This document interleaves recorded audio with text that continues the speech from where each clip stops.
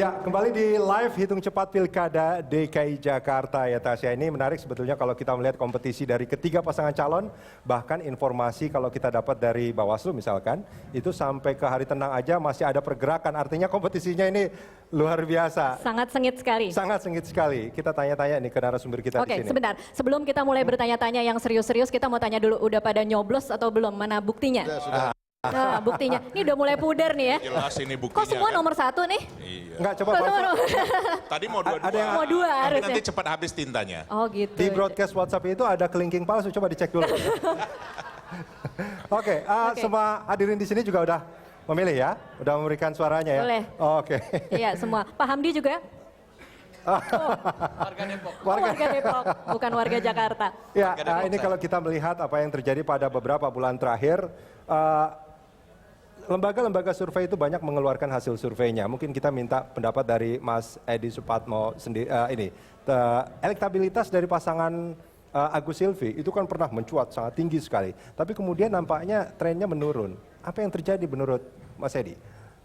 Saya kira memang di awal kita lihat karena fenomena Agus Silvi itu adalah sosok yang baru tampil Ya. di kancah perpolitikan dan merupakan kandidat yang tidak terduga di awalnya. Jadi mengalami kenaikan elektabilitas yang cukup tinggi berbanding lurus dengan popularitasnya beliau. Itu. Memang dalam perjalanannya kita lihat bukan karena elektabilitasnya menurun, tetapi mungkin kandidat yang lain juga yang tadinya sempat menurun atau mencoba mendaki agak sedikit perlahan-lahan, akhirnya mendapatkan momentum juga. Itu untuk maksudnya naik. pasangan nomor urut 3 ya? Nomor 2 dan 3. Oh, 2 dan 3.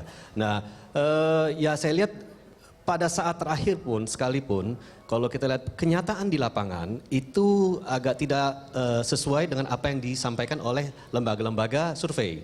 Karena gerilya lapangan dan Mas Agus menamakan itu gerilya lapangan diambil dari apa yang dilakukan oleh Jenderal Sudirman. Gerilya lapangan tim AHY Silvi itu sangat kuat. Respons masyarakat juga sangat positif, sangat antusias. Kita selalu menjadwalkan 8 pertemuan per hari, itu yang bisa dipenuhi hanya 5. Karena memang begitu Mas Agus itu masuk ke dalam suatu daerah di mana masyarakatnya menyambut antusias, untuk keluar lagi sulit. Masyarakat nggak mau ditinggalin sama Mas Agus? Sampai begitu memang. Nah, Mas Edi, jadi judulnya tidak percaya ya sama hasil-hasil survei yang mengatakan menurun? remains to be seen, nanti kita lihat hasilnya. Oke. Kalau kita melihat dari pasangan nomor urut 2 nampaknya memang kisarannya dari awal itu sekitar 30-an, Mas Eriko. Ini die hard pasangan nomor urut 2 nampaknya nih. Ya, jadi begini, kalau kita lihat dari hasil survei sebenarnya sampai di Desember kan dikatakan ada stagnasi di seputaran angka 30 lebih seperti itu. Nah, tetapi kalau kita lihat trennya di Januari itu sudah semakin meningkat dan di angka 32, 33, kemudian juga pada setelah debat kedua itu semakin naik. Nah, kalau kita lihat dari hasil survei tadi juga di angka 36 sampai 39.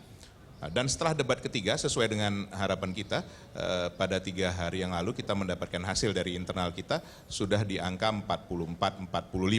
Nah ini memang 3 hari terakhir ini adalah yang paling menentukan di mana kalau dari hasil katakan semacam hipotesa ya bahwa 1 minggu sampai dengan hari H itu kurang lebih yang akan nanti mengambil keputusan itu di angka 8-10%.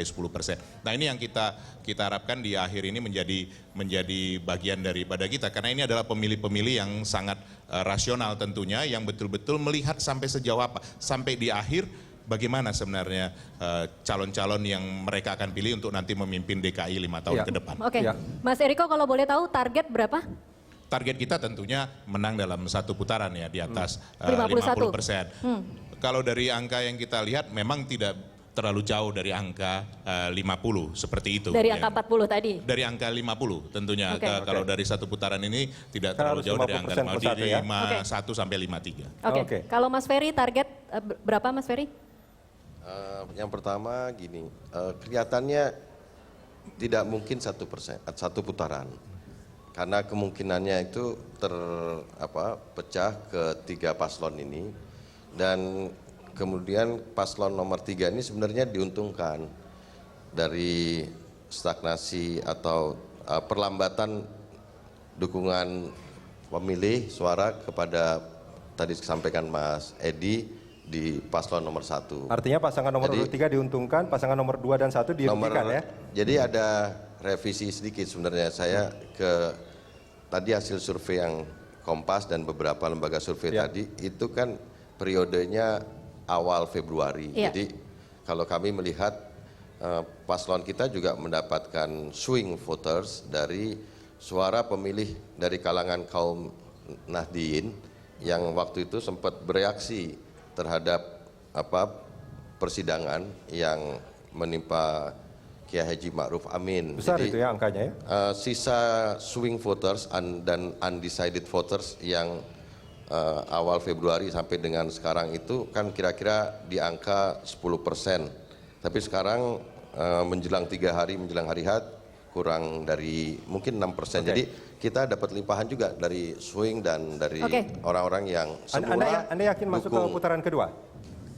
Yakin masuk putaran 2? Gini ya, paslon nomor 3 ini Mas Anies dan Bang Sandi ini kan paslon yang berbeda. Kalau yang paslon nomor 1 ini kan didukung oleh mantan presiden 2 periode 10 tahun. Kalau yang paslon nomor 2 ini kan incumbent dan didukung oleh yang sedang berkuasa. Jadi dengan segala kerendahan hati mungkin paslon nomor 3 ya Didukung oleh calon hampir presiden. Kalau dibanding sama yang 2 paslon ini kan tentu kita yang paling biasa-biasa aja. Tapi yakin atau tidak hasilnya terakhir adalah menunjukkan bahwa kenaikan pasangan Anies Sandi ini sekarang sudah di angka 30%. Insya Allah mudah-mudahan kita udah yakin. Oke.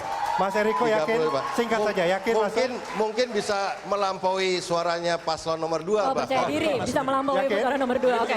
Singkat Kalau saja. kita Waktunya sangat sempit. dari hasil surveinya ya, bahwa ada yang belum memilih itu kan antara 8 sampai 10%. Iya. Nah, kedua sebenarnya calon dari paslon 1 dan 3 itu tingkat loyalitasnya nanti bisa dilihat di kaji itu masih di seputaran 65 sampai 70%. Nah, itu yang kita harapkan untuk bisa menjadi Mas Edi Supatmo yakin bisa masuk ke putaran kedua?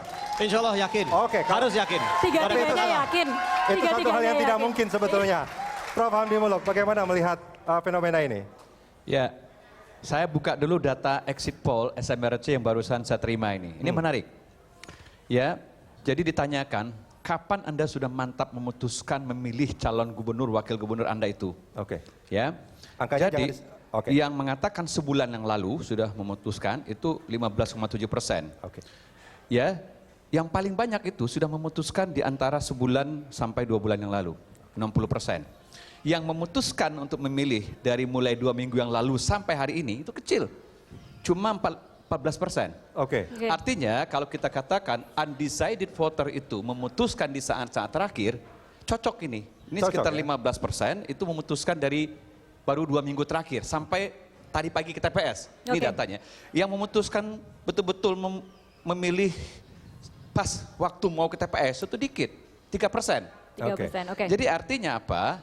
Kalau kita percaya bahwa semua sampling frame dari polling itu benar, survei itu benar, survei sebulan atau 1,5 bulan yang lalu, itu mungkin itu gambarannya. Sudah menjadi... Iya, karena kalau kita lihat ini ya, itu 60% sudah memutuskan di saat-saat itu. Pak Hamdi, pertanyaannya adalah 14% dan 3% itu kemudian beralihnya kemana? Nanti kita akan bahas di segmen selanjutnya Pak Hamdi. Itu logikanya, jadi kalau orang sudah memutuskan 1,5 bulan yang lalu, mungkin gambaran survei dari 1,5 bulan yang lalu itu adalah yang akan kita saksikan nanti. Tapi harus diingat pada survei itu masih ada undecided voters yang baru menentukan pada hari pencoblosan ini. Artinya asumsi orang bahwa banyak orang bingung di saat-saat terakhir itu tidak juga. Kalau lihat dari exit poll yang barusan dilakukan di SMRC. Prof. Hamdi, kita jeda sebentar. Pemirsa jangan kemana-mana. Live Hitung Cepat Pilkada DKI Jakarta akan kembali usai jeda.